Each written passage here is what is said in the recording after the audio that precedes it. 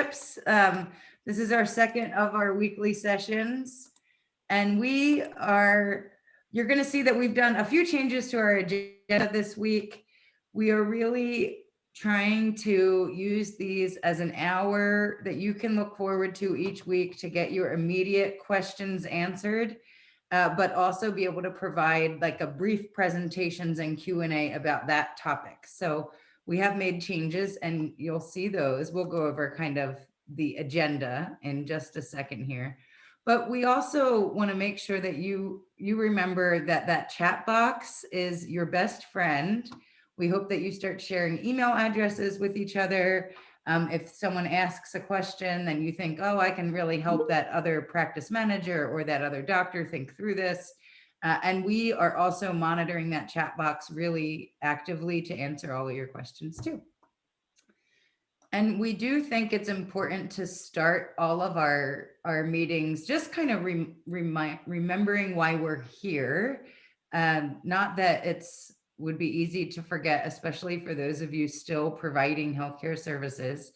But we have administered in Arizona 2,251,363 vaccines against COVID-19. We are really leading the nation in vaccine delivery, which is amazing.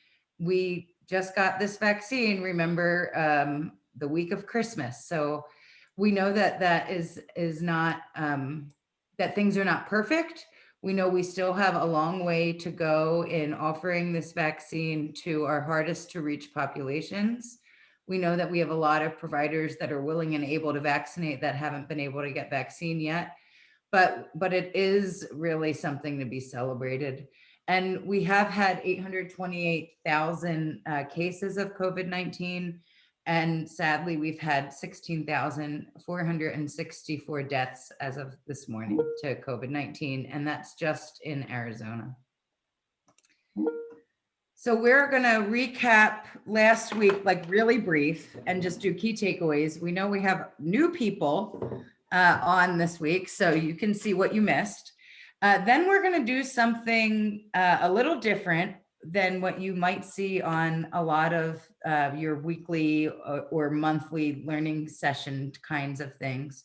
We're going to do our open forum in the beginning of our meeting. So this is your time to ask what those really immediate questions are. So what do you need answered before you do your next mass immunization or pod event tomorrow, before your next patient walks in the door, as soon as you're done your lunch break? You know, what are those immediate questions you need asked? For today, we are not going to let you ask any questions about ASIIS during this open forum time, because our topic today is going to be ASIIS. So Maggie Macias from the Department of Health Services will present all about ASIIS, and there's plenty of time for you to ask your questions of her. And then we are gonna, last week, we kept the line open for just 15 minutes, and that seemed really helpful to get those a little more specific, or this question just has to do with my clinic answered. So we will do that again. All right, so let's do a quick recap. We were really surprised last week. Our number one type of person on our call last week was a clinical supervisor. So we were really thrilled that so many doctors and nurse practitioners logged on. We love when doctors and nurse practitioners have a really good handle on those vaccine delivery systems. It makes our jobs a lot easier as conduits between those offices to those other systems. And we also had a lot of vaccine coordinators and inventory management folks. Those are the people who are going to really love hearing from Maggie today, because you probably are have your hands in those records the most frequently, other than your docs who look at the records for other reasons too. And we also had a few people who were doing billing and some logistical support. And most of our attendees have been in the vaccine business for a long time. But there are a lot of new vaccinators in this COVID-19 landscape. And we just want to make sure that we know that you are experiencing a lot of problems. And this vaccine world is very jargony, and the system is not always as intuitive as we'd like it to be. So just please know that these sessions, we really have you in mind for these sessions. We want all of your problems solved before we start providing vaccine to all the private providers, in the state, because we need your problem solved and you up to speed before the system can really function well. So we also talked last week about, we gave an overview of how vaccine is allocated from CDC, the state, or the county, and then how you receive those allocations through ASIIS. So at this time, no one is requesting vaccine for COVID-19 vaccine through ASIIS, but you do have to go into ASIIS and make sure that you show that you have accepted those doses into ASIIS. We talked about where do you report doses, kind of the difference between the VMS system, ASIIS, CDC Vaccine Finder. You have other links that you were provided if you're already administering vaccine to adhere to the executive order. That's that link that you click on and tell how many appointments you have left, how many appointments you have booked. And then if you are already receiving vaccine from the county, you have additional reporting requirements from the county.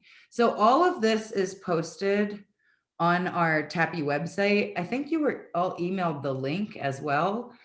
So if you missed last week, especially if you're a new provider, even if you've been doing VFC since the beginning of time, you probably want to know how things are a little bit different and re-listen to that recording about the reporting stuff. And we talked about top 10 mistakes. So you can see, if you watch the recording, you can hear about what we're seeing going on in these pods that we wish wasn't going on in these pods. Or you should not make those mistakes when it's your turn to start vaccinating. And our big question, like hands down, the number one question that was asked last week is, when do I start getting vaccine?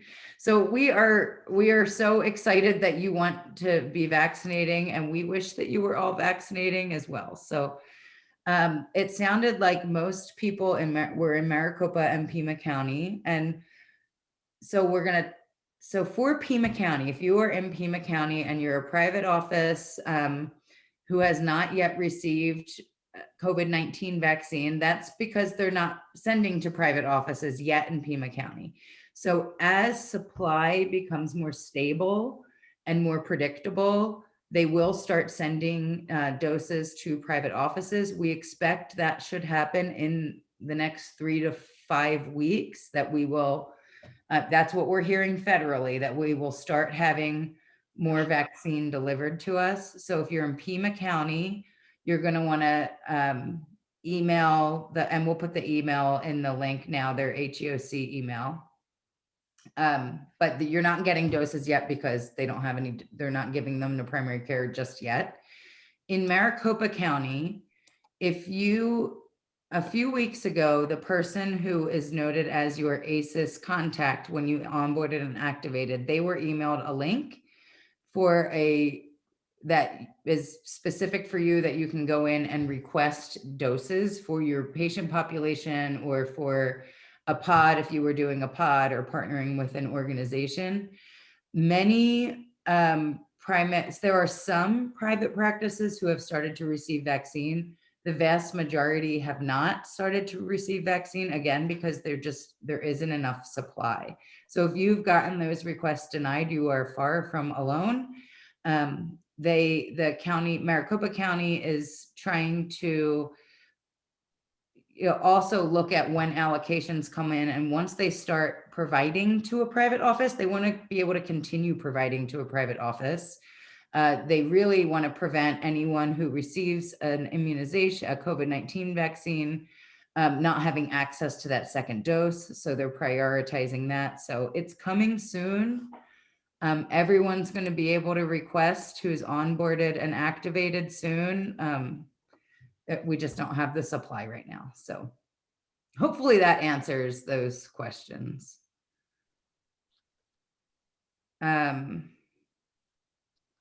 All right, I'm looking at chats, but I think we're good. That's my recap. Listen, go to our website. So now let's move on to this open forum thing. So we have 15 minutes on the agenda for this, but we don't need to use all that time. So does anybody have any like burning questions or immediate things you want answered? Not about ASIIS. No questions about ASIIS. We'll get to that after the presentation. And if you have questions, go ahead and unmute yourself and ask them or chat them into the line. Hello, can you hear me? Oh, sorry. Yes, we hear you. Hi, sorry. My name is Maryville. I work for Clínica La Familia. I have a question. When we did the enrollment, I documented, I want to add a new fridge, and I sent an email with the recordings of my temperatures for a week, and I sent the pictures of the fridge, and I was wondering how long will that take, because in our clinic, we designated an area only for vaccines. So we want to be prepared for our next allocation, and we could start using that new fridge in that area.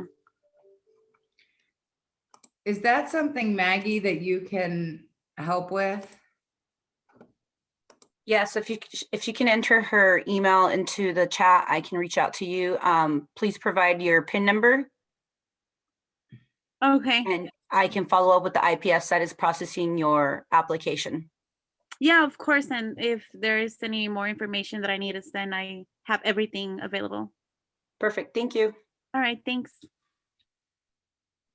And Maggie, for those questions, is there a group at ADHS that we should be sending them to? It should be the ASIIS help desk email is the main email there to whichever, if it's going to the IPSs, if it's going to the help desk, they're the ones that distribute to the departments that are processing those applications.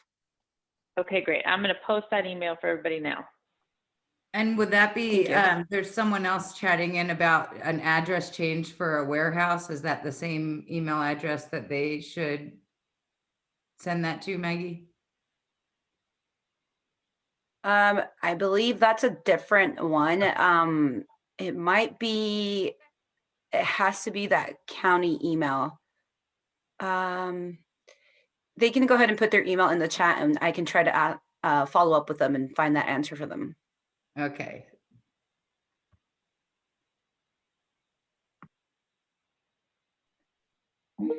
So there's a question in here. Can we request vaccines for the individuals, the employees that work in manufacturing or production, since those are now in this phase? That answer is going to depend on your county. Some counties are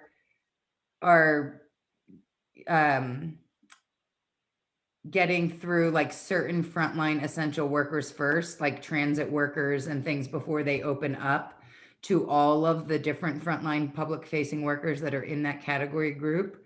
There is also, again, supply issues with the vaccine that needs to be used for the essential workers. So contact your county in those email addresses for that answer.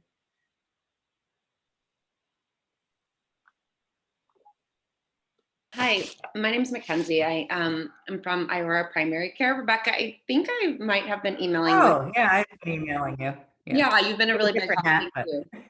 Yeah. Thanks so much. I have a couple of questions, and this is the first time that I've come to one of these trainings, so it probably was answered before, but one, when the private primary care providers start getting the vaccines, how are those prioritized? Like first come, first serve applications, or like by area or population served? It would depend on the county. I'm sure every county's allocations team has a different way that they're doing that. Do you know, that's not in our guidance from the state, doesn't tell a county how they have to do that or anything. Right. Okay. That makes sense. I had another question. Oh, you said something about how, like, when we first applied, we are sort of set up with like a person who we can communicate with through the state. Like, I think a coordinator or something. Did I understand that correctly? So whenever you first went through that ASIS onboarding process, they ask you to indicate your ASIS primary contact and then an ASIS secondary contact, and all communications that come from ASIS go to that primary contact. And Okay. that's how the counties, that's the email address the counties are using too. Oh, right. Okay. So then that's me. That's not someone Okay. from the state. Cause I was just feeling like Oh, yeah. I'm communicating with like a handful of people there. And I feel like there's one person per each of our hubs, and it sort of gets a little bit confusing. So, okay, I understand now. Yeah.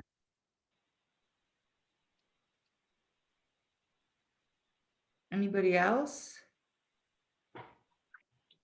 There's one in the chat here about, has the Janssen vaccine been added as a choice in the drop down system? So I don't know if you're talking about the drop down system in ASIS. So we have Janssen vaccine, but we have limited amounts. It's just beginning to trickle in. I think they said about 30,000 doses coming for this week. So it's not a lot. And those are being designated by the governor's plan to essential healthcare workers. So the pods or the larger clinics that are already working, not healthcare workers, I'm sorry, essential workers that are already working, with essential workers are going to be prioritized those. Once we get more, and the thing is, right now it's famine. They think in 3 weeks we're going to hit feast, where all of a sudden now we have 3 manufacturers shipping regularly, and we have 1 more maybe coming on board, and we're going to end up with a ton of vaccine. And that's when the whole system's going to open up huge, and everybody's going to be able to get, some allocation, and we'll start getting it out more. So 3 more weeks of this really hard confusion. But your county health department will reach out to you and say, we have J&J vaccine for you, if they do. If not, it's probably not going to be on the drop-down choice. Mm-hmm. And if you are already, sorry, I'm trying to scroll up on the other thing. If you are already requesting and receiving vaccine through the Maricopa County system, I think that Janssen is now on that drop down.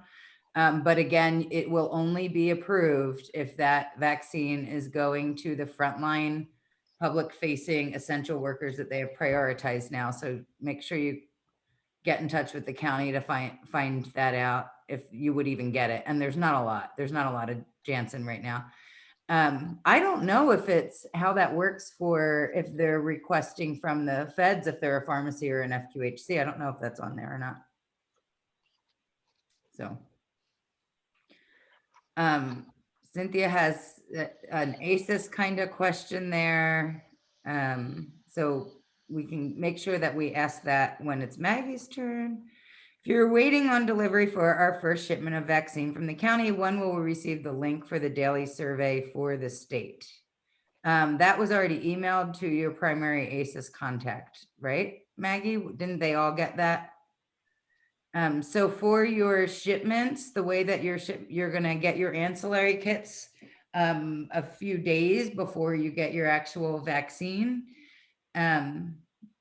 Not that you asked that, but just as an FYI, expect that and make sure the folks know to expect that in your office, and that whoever is your ASIS primary contact got that link for the executive survey. And if you need it again, or the executive order survey, if you need it again, just let us know and we'll figure out how to get that again. It's a personalized link, so we can't just share the link.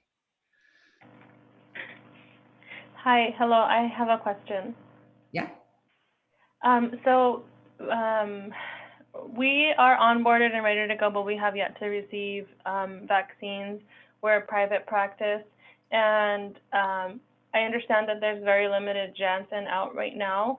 However, I was wondering if once we receive, or like our primary contact receives an email letting us know that they have vaccines available for us, will we have a choice of whether that's the Moderna or the Janssen? I only ask because, like, for example, we took a survey at the office on, I mean, we definitely don't want to order vaccines that we're not going to use, and some of our patients don't really want to have the Janssen. And so I just was wondering if once we receive that notification, if we will have a choice on which vaccine we would like to order. So I think that it's going to depend on your county and it's going to depend on supply, but I think in general, you are going to be able to say, I'm thinking about this as I'm talking. So you're not going to, I don't think that people are even going to be able to request Pfizer anymore, which is great because it comes in giant shipments, and the state is administering that at all the state-run pods, which is fabulous. So they're dealing with all the Pfizer. The Janssen J&J product is only at this time able to be used on frontline essential workers whose employers have worked with a vaccine provider. So if you were partnering with, and this is just, a restaurant chain or something, and doing something for all the Applebee's employees, then that request would get approved. But I don't even think that they would be able to approve a Janssen in primary care at this time, because that product is being used on essential frontline workers. So I think you're only going to be able to request Moderna unless you specify this is for frontline essential workers. I see. Okay. Thank you. That's how I'm understanding it.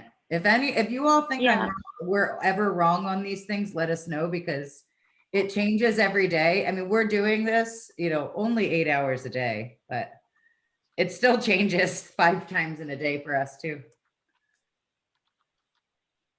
Yeah, and it's going to change. It'll change so fast once we get more J&J vaccine, and then once the AstraZeneca is approved, then we'll have more choice.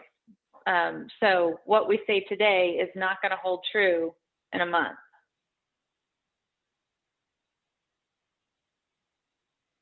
Rebecca, I have a question. Yeah. My name is Jewel. I work for Canyonlands Healthcare here in Safford, Arizona. So we have been giving the Moderna vaccine, and I have a lot of patients that have questions on, like, I know you have to wait 28 days for the second dose, but how long can you wait? Is there like a max day that you can wait, or do you have to get it on that 28th day, or how long can you wait? So there is no max date, and you never have to restart. We don't restart a vaccine series. The 28 days is the minimum for patients. We're finding that patients are getting really crazy about this. They just have in their head that they need it exactly 28 days later. So you are not alone in that. The CDC, the way the vaccine was studied, the CDC recommends to 42 days, six weeks.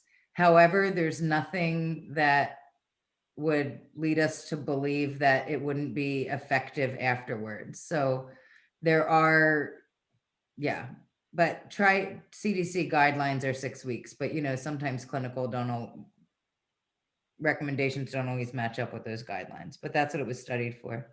Okay, that sounds great. Thank you.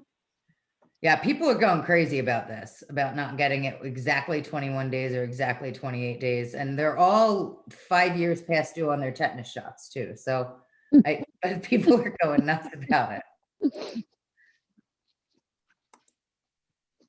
Anybody else have something real burning before we move on to Maggie and ASIIS? All right, well, we'll do that. And remember, when you think of things, just jot them down on a Post-it note or somewhere that you remember, and we'll have this 15 minutes or so in the beginning of all of our sessions. We did get a bunch of questions emailed in about billing. So not next week, but the week after, that's going to be our topic, is going to be billing. But because there were so many questions, we did just throw a couple slides in here. We're not going to go through them, but when you get a link to the slides, you're going to be able to see them. And if you have questions and you need stuff done now so that you can get money in your practice, then call us, email Jennifer. So, but Maggie, do you want to share your slides and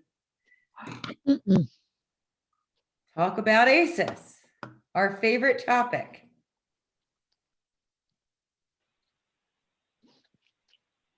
Good afternoon, everyone. Can you see my screen? Yep, we see it. Perfect. Today, we're going to go ahead and talk about ASIIS. We'll start off with this little disclaimer here. Let me minimize my screen here. So during phase 1, COVID-19 vaccines are limited and are only distributed on allocation basis. You will need to contact your county health departments as they are responsible to allocate doses to their local providers during phase 1. Once COVID-19 vaccines are more readily available in phase 2, then you will be able to order them independently through ASIIS. We don't have a current time frame or timeline on when you will be able to move into phase 2. Because we do get those questions often. Why can't I place an order in ASIIS? So I just wanted to go ahead and just see this in the beginning. What is ASIIS? ASIIS is our state immunization database used to record and administer doses and track vaccine inventory. Some of you are new to ASIIS, and some of you are using HL7, EMR, VMS, or some of you are actually entering your vaccines manually. Whatever you are using, you do need to report them into ASIIS. In order to have a successful HL7 data transfer, you want to make sure that you're sending the correct funding source, the eligibility. If you're sending the funding source PAN, that is for your COVID vaccines. If you're also sending your COVID vaccines, you got to make sure you're sending non-VSC eligible, your vaccine codes, NDC numbers and box.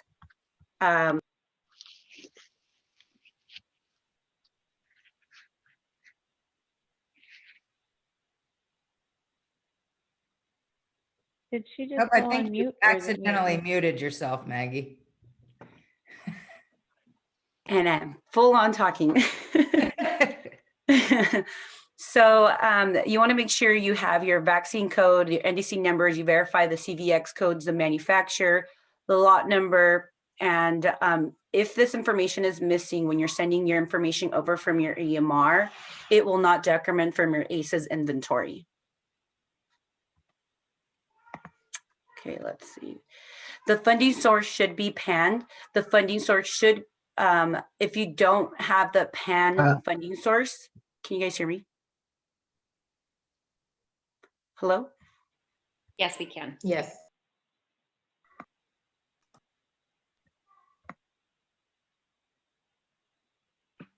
Now you're muted. Give me just a second. I'm having technical difficulties on this end. Okay, yeah, now we don't see you or hear you, huh? Give her a second.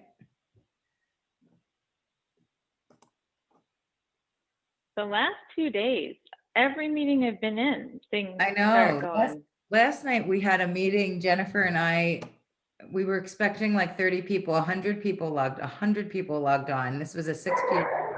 And my computer got that whole blue screen of death thing. Like it was like, bonk, and it just bonked off. It was really. Okay. So I think I got this. It might be my internet connection. So I'm sorry about that. It's lagging. So the funding source should be PAN. Now it's FAN. If you have an EHR or an EHR vendor, you should make sure that they are sending the CVX code VXC50. If that is missing in the message that is being sent over from your EHR to ASIIS, it will not decrement. So you got to make sure that you send this correct information. Again, it will not decrement from your ASIIS inventory.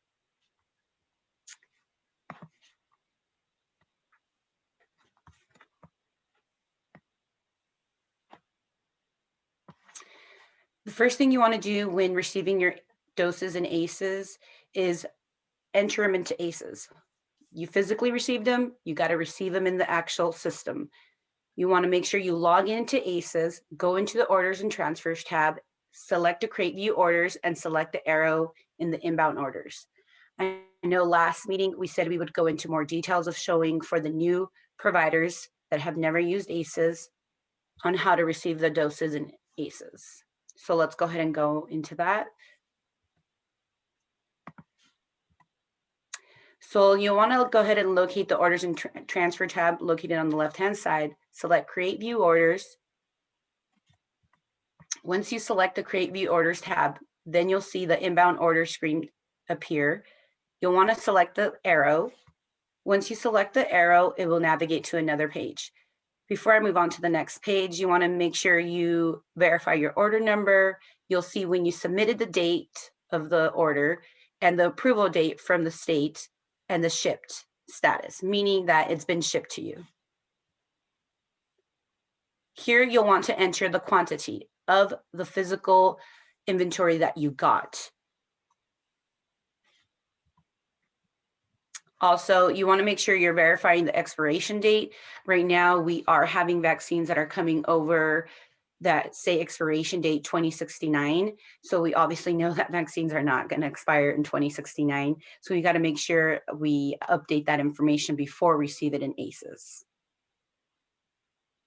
And we're seeing this more commonly right now with Moderna.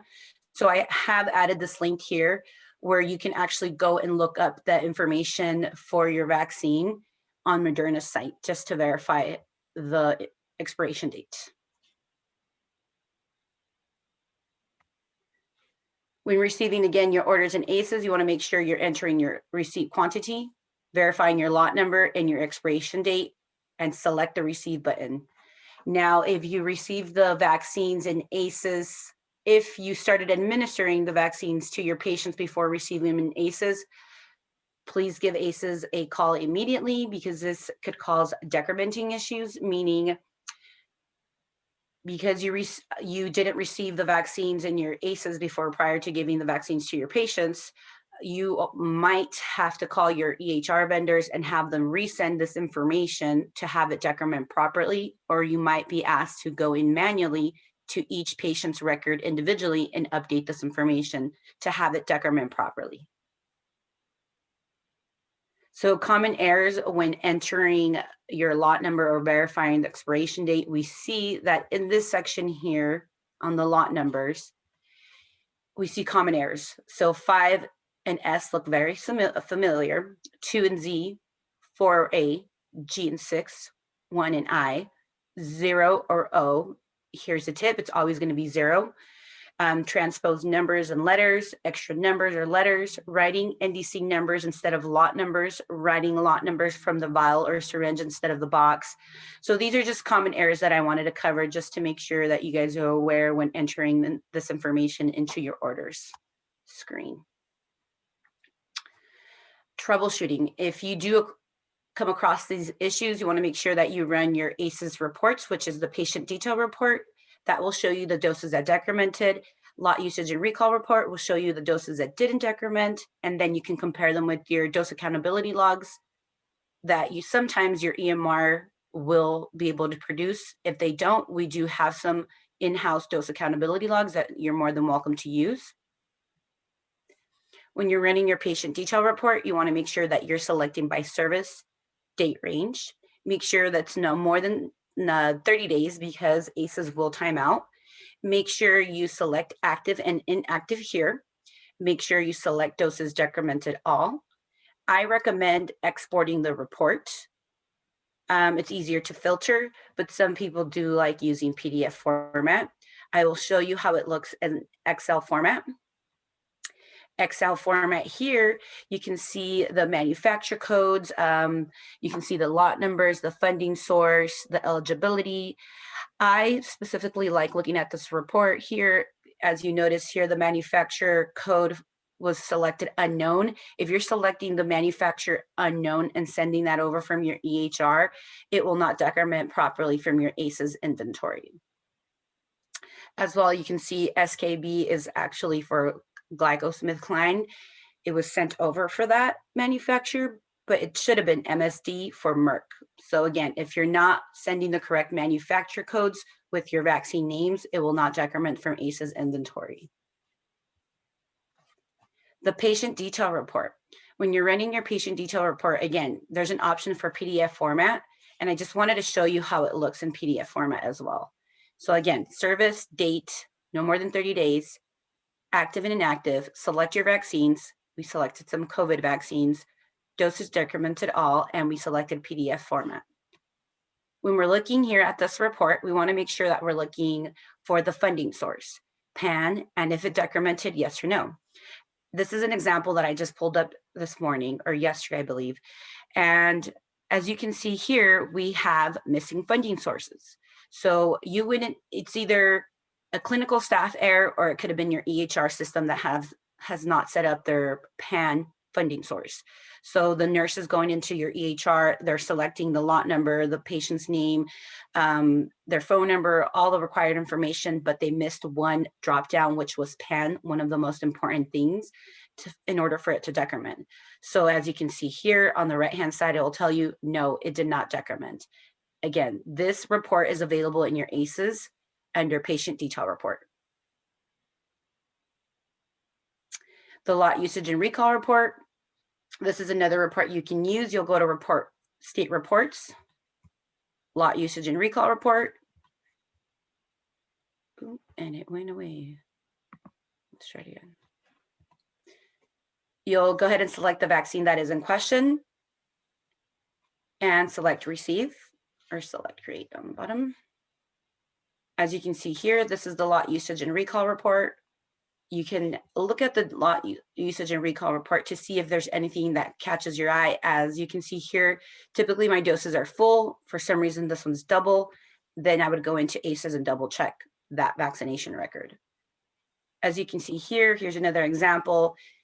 It shows that Minnie Mouse received this vaccine 2 days, that same day for the same vaccine. So that just makes me question, is this accurate? Should I go back into ASIIS and verify, did this Minnie Mouse really get 2 vaccines of the same kind the same day? You can also use the lot usage and recall report and compare them to your dose accountability logs. And here, looking at it more closely, we can see that Buzz Lightyear and Breyer are on our dose accountability logs, but they're not in ASIIS. That means that I forgot to log it in ASIIS, but I logged it in my EHR system, or I logged it in my dose accountability logs. As well, you can see on the left-hand side, I have Minnie Mouse listed as getting a vaccine, but I don't have her listed. Actually, I have her listed here on my dose accountability log, but I also don't have her in my ASIIS. So then again, I'm saying that vice versa. Again, you would want to go back and correct that in ASIIS. If you are wondering where to locate these dose accountability logs, you can find them here at this link. We'll go ahead and enter it in the chat there. Some EMR vendors do provide these logs and some don't. Like I said, you're more than welcome to use our logs. For providers that have Pfizer vaccines on prior to February 15th, correcting negative doses in ASIIS, you are more than welcome to use this guide to help you correct your doses in ASIIS. Again, this is only for COVID vaccines, correcting for Pfizer vaccines prior to February 15. And we'll go ahead and add the link in the chat. And it's just a guide how to help you to correct your negative doses in ASIIS. When you do get a chance to place your orders in ASIIS, the ordering does get open to everyone, we do require that you set up your email data loggers, that you send them with your orders. Now, we have been noticing that sometimes vaccines are getting sent to providers and they have not set up their data loggers. So please set up your data loggers prior to receiving the COVID vaccine. Make sure that it's working, that it's calibrated, and that it can send the information. Again, when you are able to place orders in ASIIS, you will be required to email data loggers. You'll have to download them every 2 weeks, send them report every month with each order. You'll email it to the email listed there on the slide. Make sure that it is in PDF format. I'm sorry, must be in data format, and we will not accept PDF format. And again, you can send it with your log tag application. If we do not receive your data loggers with your orders will be canceled. If you have any questions, please feel free to unmute yourself or put them in the chat. Thank you so much. All right, so now it's time for questions. And I know that for anything that you have related to ASIIS, some of these questions get pretty specific and have to do with, Maggie will have questions about like your specific EMR and things like that. So If it gets too specific, she'll make sure to follow up with you afterwards. But for those of you who haven't been working in ASIS for as long, just so you know, sometimes it sounds like it's really specific to a person, but it's actually a really common problem. So unmute your line or go ahead into the chat and ask away. Well, and while they're thinking, I'm going to jump in. On the data logger, Maggie, we heard that they are on back order for places that have tried to buy them. They're on back order until May. But then I heard someone at ADHS mention that you guys have some. Do you have data loggers that you could send to providers? Do you know? And where would they? I'm going to have to verify with Arizona VFC email because the last time we checked, they were in back order. We didn't have any. So I need to verify it with them. But that email is I can put it in the chat, the Arizona VFC one, and they're the ones that keep track of the data loggers. Okay. Hello, may I ask a question? Yeah. Hi, this is Bobby from NAU. I have a quick question about the data logger information. So I was under assumption that we send it every 2 weeks, and then when we get new orders in, but that's not correct. We're supposed to send it when we order, not when we receive it. Yes, it's every time you place an order, you need to send your data loggers. So you want to make sure from the last day that you placed your last order till the next order. So what I like to recommend is go back to that email that you sent the VFC email, and what was the cutoff date from that date that you send your data logger. Send it from that date forward to the day that you're placing your order. Okay, I apologize. I thought I'd send it when I received the product that day and every 2 weeks, but thank you for clarifying. Sure. Maggie, will they be able to get vaccines prior to receiving a data logger? They No. should be able to prove to us that they have a data logger already. So in the onboarding process, we ask them if they have data loggers, and now they're sending us calibration certificates that they've calibrated and that they're in place. And they send us pictures of the data logger in their fridge. So that needs to be in place prior to receiving the vaccines. Okay. I have a question, and it's sort of a two-part. So we don't use ASIS to document vaccines. So like this is a new thing for us. So as I'm getting our hubs set up, I only just now realized that each hub requires almost its own login. So say I'm going to be entering vaccines at 3 of our hubs. I need different logins for each of those hubs. I just want to make sure, is there like an easier way to go about doing that? So I want to set up hub A and put person 1, 2, 3 in hub A and hub B. Can I do that all at once, or do I have to go in and just sort of like do it one by one? It's not really that time consuming, but I understand what you're saying. Yeah. If you provide your email, I can reach out to you directly and I can provide you this information. That would be great. Thank you. And then my other question, because we interview, I just wondered other people's experiences, because I'm sort of nervous about, this seems fairly high level. And as staff who've never done it before, I just wonder, if this is going to be like really hard for them, or if this is going to be quite a big project to undertake, is just to navigate ASIS and make sure you're doing it correctly and staying on top of it. If anyone has experience with that.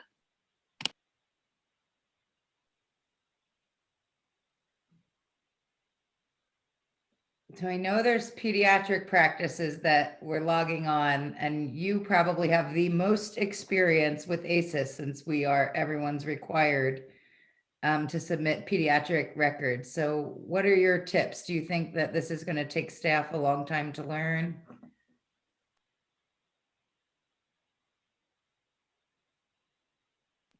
It's Hi, okay. this is Sarah from Wild Desert. We are a family practice, so we do ASIS quite a bit, and it takes quite a few hours, probably every week, to make sure that everything is accounted for and documented properly.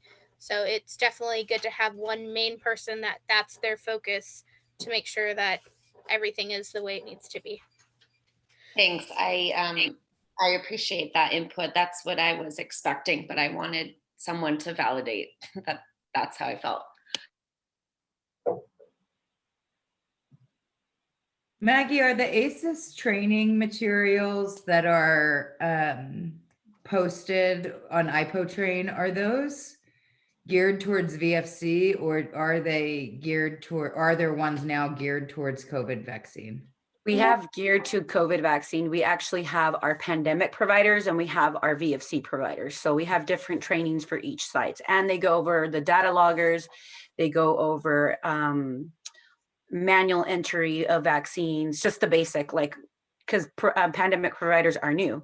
So they have to learn obviously from the beginning of logging in, so like in the patient entering a vaccine or editing. So yes, completely different trainings. So we can make sure that we put those in the chat or online, Mackenzie, for your staff. I know in pediatrics, we do a lot of trainings for family practice and pediatrics. And most practices that we work with reserve, well, a lot of time each week for ASIIS, and that's even if they've have the HL7 interface. Even if your EMR has that HL7 interface, you're still gonna, human error, there's still stuff that's gonna happen. Right. In our clinic, our EMR doesn't, it's created it on our own, so it won't connect to ASIIS. So we'll be doing it manually too. Yeah. I just want to go back to the big wigs saying, hey, this is going to take a long time. Let's plan. Yeah. And the other thing too that you might want to think about is just planning for them to have more training, which is not in their workflows, because ASIIS, things, especially pandemic stuff, like things are going to change frequently. So they just have to have time in their schedule to like stay on top of that. And the communication will go to you, and then getting that communication out. So things will change. But it's manageable. There's still lots of providers that work on it work in there every day. Any other questions about ASIIS? Yeah, I have a question. Yeah, go ahead. So right now we have 0 doses on ASIIS, and we are not getting any allocation from the county because it's saying that we still have 1,000 doses on hand, and we don't know how to fix that issue. How do we go about fixing that? So Maggie, it sounds like it doesn't look like these doses were administered, but ASIIS isn't showing that they were administered. So how can they go and decrement those doses? I'm sorry, he cut off. I just heard that he had 0 in his inventory and he reached out to the county. So ASIIS is showing that, yeah, can you repeat the question? Yeah, so we have on ASIIS is showing that our inventory is 0. And the county is telling us that we have over 1,000 doses on ASIIS, but that's not true. So we don't know how to fix that. So when you look at ASIIS, it says 0? Or when you look at ASIIS, it says 1,000? No, when we're on ASIIS, I've looked at all our lot numbers and they're all zeroed out. If you want to provide me your PIN number, I can go ahead and troubleshoot your inventory. But it sounds to me that, have you checked to see if those doses link to your patient's records already? Hi, Ramon. Sorry, Maggie. Oh, Valentine's on the line. Yes, he can actually answer your question. Ramon, you're 0027, right? Yep, that's right. Yeah, I'm currently researching that issue. Awesome, thank you, I appreciate it. No problem. I'll let you know. Hi, my name is Leticia Gutierrez, and I'm with Mountain Park well as Ramon. And I wanted to just briefly ask, Maggie, I have reached out via email and shared one of the issues that we are experiencing with one of our facilities, which is Maryville. I don't have that PIN number, so maybe Ramon can share that.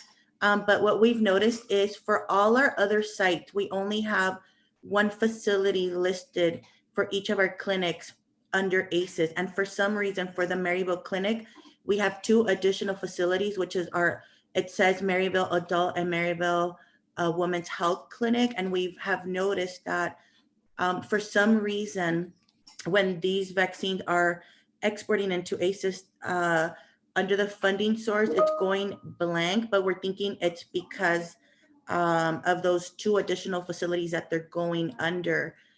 So we wanted to know, how can we go about removing those facilities in ASIS and just leaving our main Maryville number? And it looks like the PIN is 0216. Oh, they put it in the chat.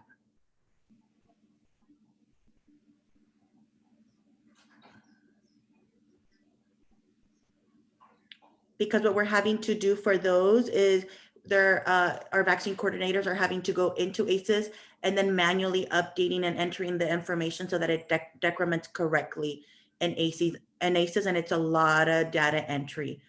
Hi, Valentin again. If I may ask, why are they being reported to the other facilities? Do you have like a different schedules in your EHR that you can pick? We do not, and our EHR has already validated that those 2 facilities are not in there. In the HL7 file, they are going under the correct Maryville facility. So we have validated with them that everything is mapped correctly on their side. So they have asked for us to reach out to ASIS. I sent the screenshot of those 2 facilities in an email yesterday, Maggie. I know you probably have tons of things, but maybe we can connect offline. We don't know what is triggering them to go under those 2 facilities. And it's Ramon, can you, or Maria Ruiz, I think you're on here. This is happening for all COVID vaccines, correct? For that specific facility, Maryville?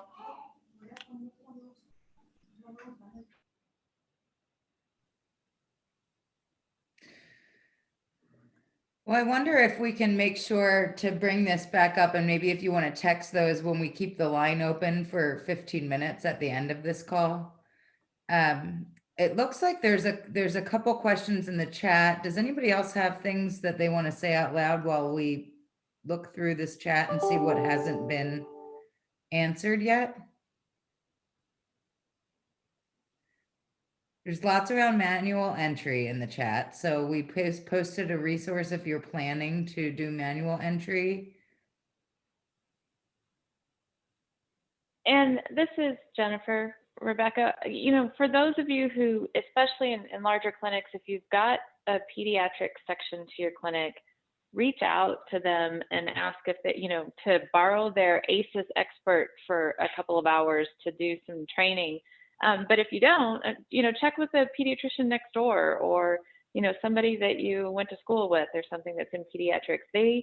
And family practice as well. I'm not trying to discount them, but because they deal with this every single day, they really have figured out the quick tips, the workarounds based on the EHR system, because that's the other thing. If you're connecting with HL7, half of the interface happens within your EHR, which means, and I think that's what Rebecca was saying, that some of these questions might be specific because it's specific to Athena or to eClinicalWorks. So, look for a pediatric office or a family practice office that has a similar system to yours.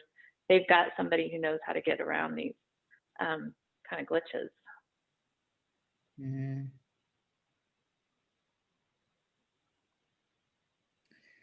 This is an interesting workflow question. Do people recommend adding patients into ASIS prior to them coming for the vaccine appointment? When are you entering your patients into ASIS? Before that vaccine visit or after?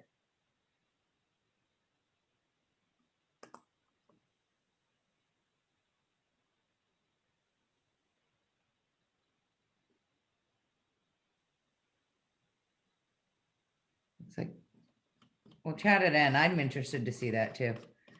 And then, I think it's usually after, but that would be a good point. And Maggie and Valentine, do you know if the pandemic flu module has been used for COVID at all? Because it seems like on that one you can enter patients ahead, or I could be really off.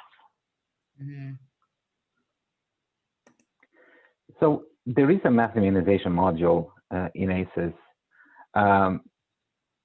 It is working, it is operational, but there are other better options.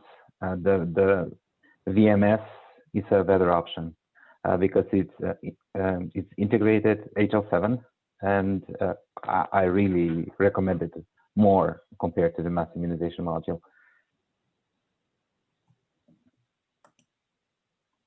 That is the same module that you're referring, the mass flu.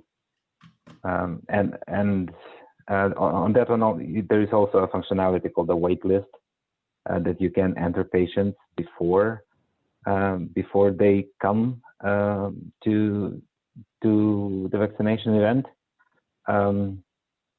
Yeah, I think that it is an old module. It is being just revamped, and nothing significantly has been changed.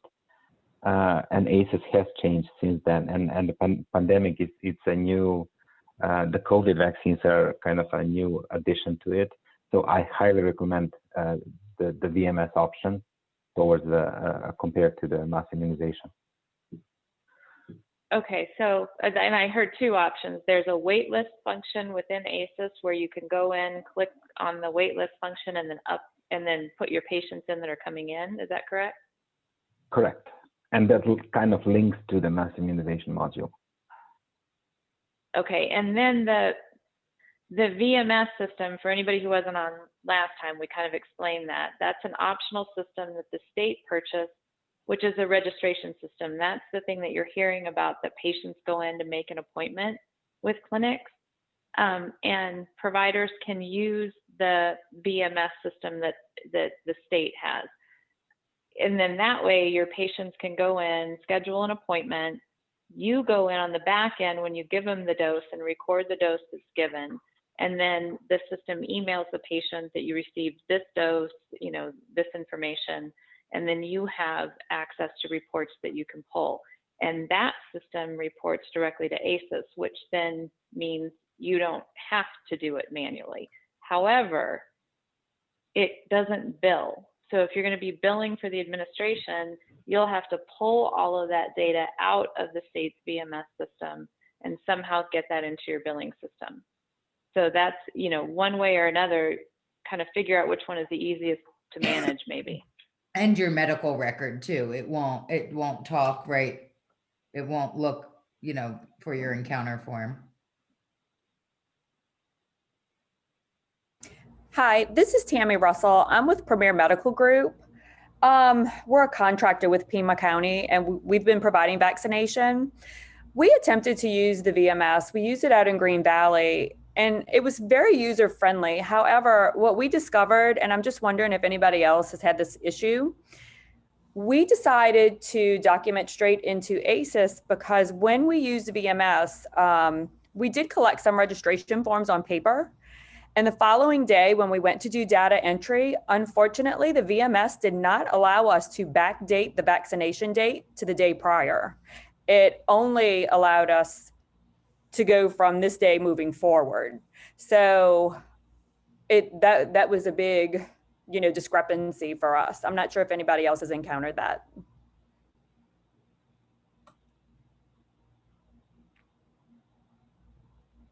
I have heard that. Maggie or Valentine, do you know anything about that? And Tammy, yeah, I'm not sure if that is still the case. I think that the VMS team has heard you since then, and I have to double check if they corrected that and added an option to kind of backdate.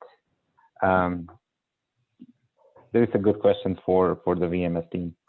Yeah. And that might be an interesting, even if we did like a 10-minute kind of overview about the VMS too. So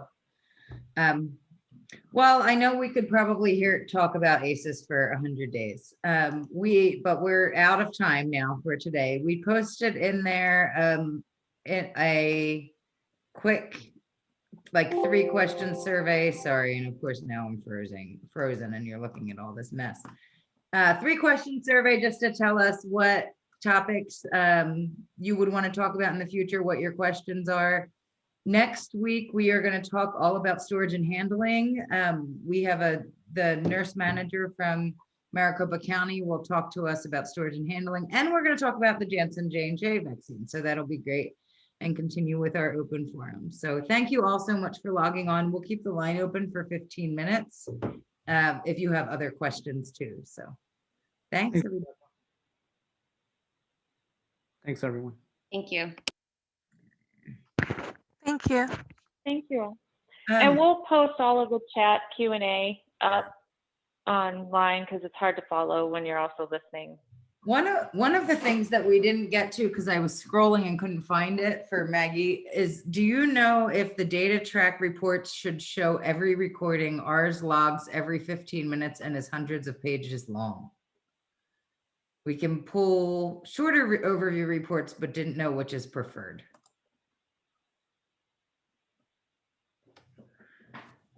They're talking about their EMR report, right? What they're using to track? Data logger report. The data logger report. Oh, sorry, I wouldn't be very familiar with their data logger report, but they can send it to the VFC email. Okay. I'm sorry. Oh, that's all right. As long as you know everything about ASIS, we forgive you for not knowing everything about VFC.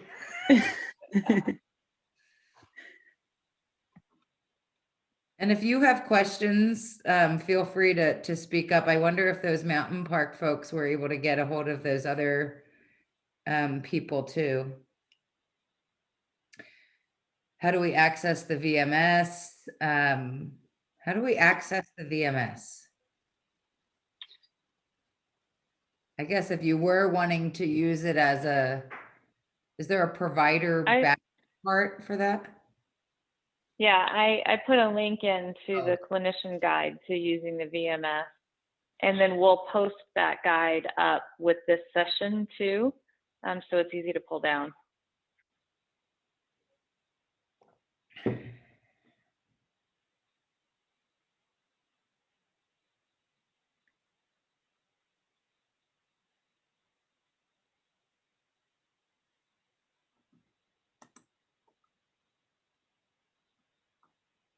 I like this. And Maggie, oh, sorry.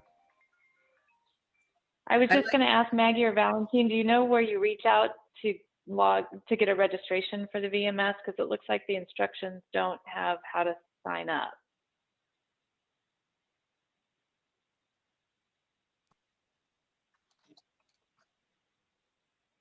If not, I can find it and post it. Mm-hmm.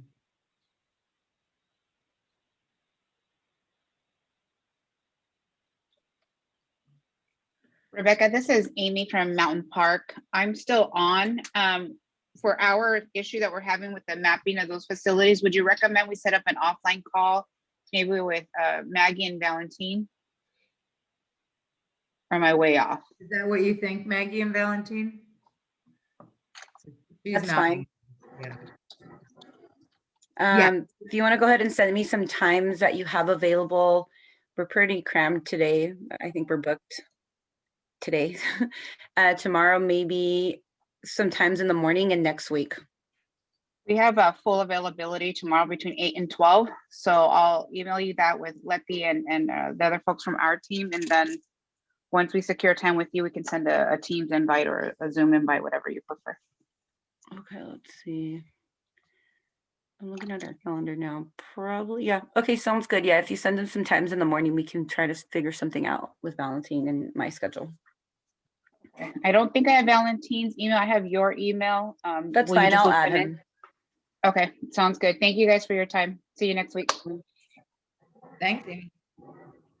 And no, you do not have to access the VMS. It's just what Valentine recommends in terms of what it's the best way to get the information into ASIS, because it was created to put information into ASIS, but you don't have to use it.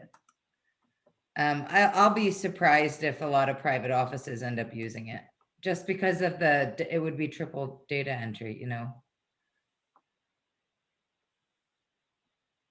But if you're spending enough, I know Carly said, Shalom had chatted in, we just had to, you know, manually enter those 100. Are newer at this. This is like, you want to dig out all of those improvement QI skills and do some time studies and do some things, because you may find that it is worth the investment to, depending on how long it takes you to manually enter into ASIS and troubleshoot issues, you know, which is kind of independent. It depends on your EMR system and in your flow. So that's why I'm interested to see about that.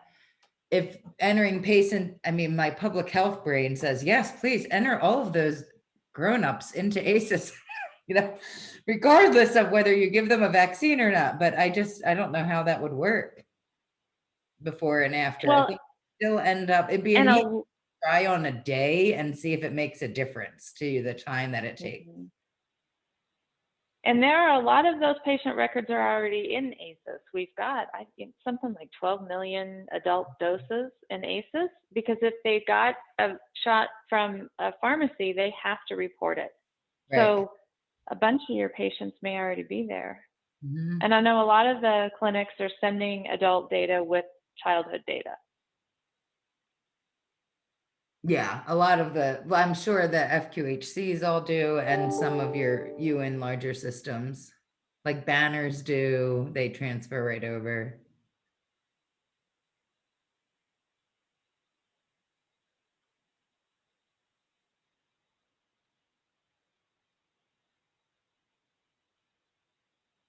All right, I think we're a quiet group. Maybe we're good to log off. Not much coming in on the chat. All right, well, email us other ones if you have them, but thank you all for spending your lunch with us. Bye-bye. Thank you. Bye-bye.